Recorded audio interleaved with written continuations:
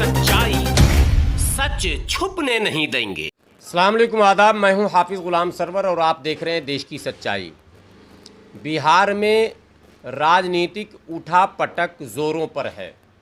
कुछ दिनों पहले फर्जी खबरों का दौर चला, लेकिन बाद में वो खबरें सच होने लगीं और सच यूँ होने लगी कि जीतन राम मांझी लगातार देश के प्रधानमंत्री पर और कोरोना से संबंधित कुछ नियमों पर लगातार आपत्ति उठाते जा रहे थे और उसमें जो कमियां थीं उसको उजागर कर रहे थे।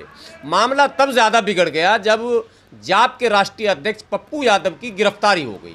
और फिर क्या होना था, गिरफ्तारी की सूचना मिलते ही एक तरफ तो पूरे बिहार में सरकार के खिलाफ जन आक्रोश की आवाज़ें उठने लगी, वहीं उनके मुख्य सहयोगी और हम के राष्ट्रीय अध्यक्ष जीतन राम मांझी ने भी दबे ज़ुबान पप्पू यादव की गिरफ्तारी का भी विरोध किया, उसके तरीके का भी विरोध किया और विरोध फिर रुका नहीं साहब, लगातार विरोध होने लगे। और पिछले दिनों वैक्सीनेशन के सवाल पर और कुछ प्रमुख सामग्रियां जो कोरोना से संबंधित थीं उसमें जो प्रधानमंत्री के पिक्चर यानी तस्वीर जो फ़ोटो उनका छपा हुआ था उस पर भी आपत्ति उठाई गई, जो मीडिया में आपने लगातार उसे देखा होगा। हाँ, इस बीच एक नई बात ज़रूर आई कि लालू परिवार और जीतन राम मांझी की बहू के बीच ट्विटर पर तो युद्ध चला, जिससे एनडीए को कुछ उम्मीदें जगी।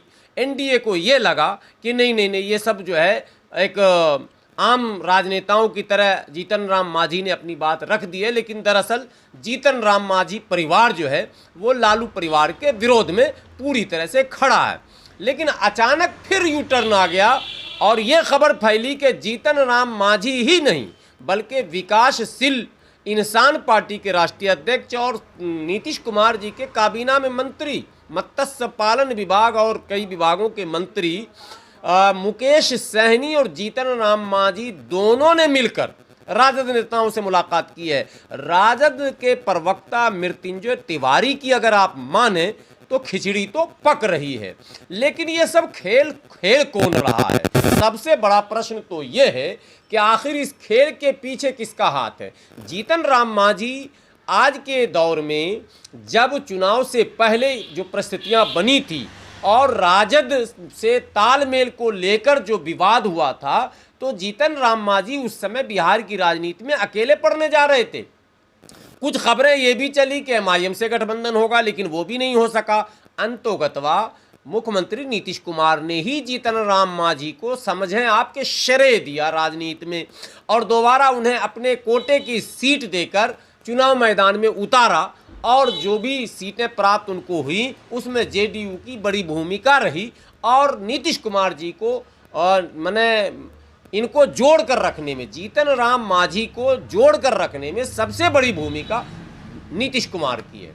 नीतीश कुमार का एक और एहसान जीतन राम मांझी पर है कि जीतन राम मांझी का जो कद बड़ा हुआ है, यानी मुख्यमंत्री का जो टैग लगा, इसके पीछे भी नीतीश कुमार है। तो कहीं ऐसा तो नहीं है कि इस खेल के पीछे ही नीतीश कुमार हो?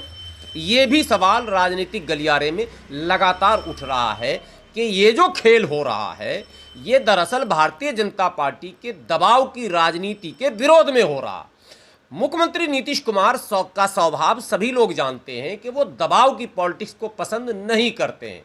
पिछले दिनों 2015 में जो महागठबंधन की सरकार बनी थी और नीतीश कुमार बिहार के मुखिया बने थे, मुख्यमंत्री बने थे, उसी आधार पर महागठबंधन का निर्माण हुआ था और राजद ने भी पहले ही मुख्यमंत्री को स्वीकार कर लिया था, तब जाकर चुनाव मैदान में गए थे।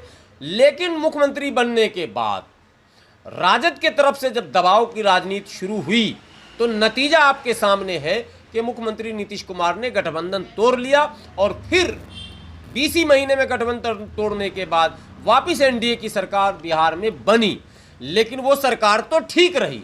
अब जब भारतीय जनता पार्टी की सीटें बढ़ गई और नीतीश कुमार की जेडीयू की सीट कम हो गई तो भारतीय जनता पार्टी ने नीतीश के चेहरे पर चुनाव लड़ा था, ठीक 2015 वाली स्थिति। तो भाजपा अपने उस जबान पर तो कायम रही, मुख्यमंत्री तो नीतीश कुमार को बनाया गया, लेकिन दबाव की राजनीति निरंतर जारी रही। उसकी पहली वानगी यह है कि भाजपा ने सुशील कुमार मोदी को बिहार की राजनीति से हटाकर दिल्ली की राजनीति में लाया और राज्यसभा में भेज दिया और 2 नए उप मुख्यमंत्री को वहां डिप्यूट किया गया। वो दोनों वो नए चेहरे थे जिनका नीतीश कुमार से तालमेल, उन्हें राजनीतिक तालमेल और या वैचारिक समानता भी नहीं थी।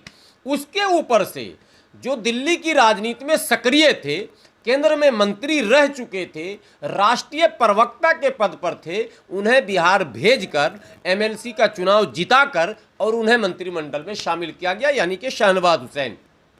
अब ये जो नया गठजोड़ पैदा हुआ, इससे नीतीश कुमार अपने आप को राजनीति में असहज महसूस करने लगे। उन्हें लगा कि मेरे ऊपर दबाव बनाया जा रहा है और इसकी झलक कई जगह दिखी। नीतीश कुमार के खासम खास कहे जाने वाले कुछ नेताओं के बयान से भी इसकी झलक दिख रही थी और नीतीश कुमार की चुप्पी भी इसी बात की ओर इशारा कर रही थी। देश की सच्चाई का आकलन है कि ये जो खेल नया फिर शुरू हुआ है बिहार में, जो राजनीतिक खेल शुरू हुआ है, और जीतन राम मांझी और विकासशील इंसान पार्टी के मुखिया दोनों जब जाते हैं आरजेडी के नेताओं से मुलाकात करने, उसके बाद ये लगता है कि क्या एनडीए की नैया डूबने वाली है।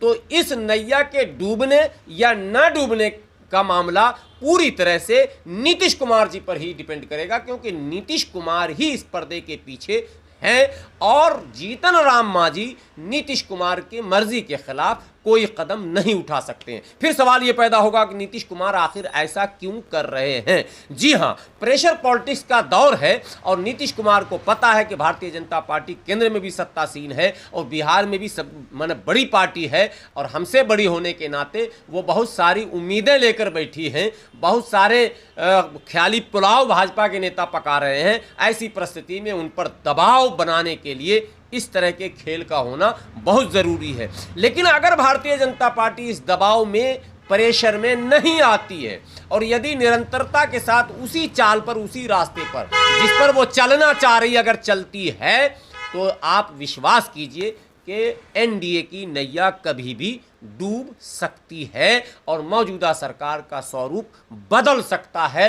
नीतीश कुमार पर्दे के पीछे से ही वो सारा खेल खेल देंगे जो भारतीय जनता पार्टी ने कभी सपने में नहीं सोचा था। आपसे विनती है कि आपने अगर अब तक हमारे इस चैनल को सब्सक्राइब नहीं किया है तो सब्सक्राइब ज़रूर कर लें और इस वीडियो को ज़्यादा से ज़्यादा शेयर करें। और इस आखिरी गुजारिश के साथ जुदा होता हूं कि कमेंट बॉक्स में अपनी राय ज़रूर दिया करें। शुक्रिया। खुदा।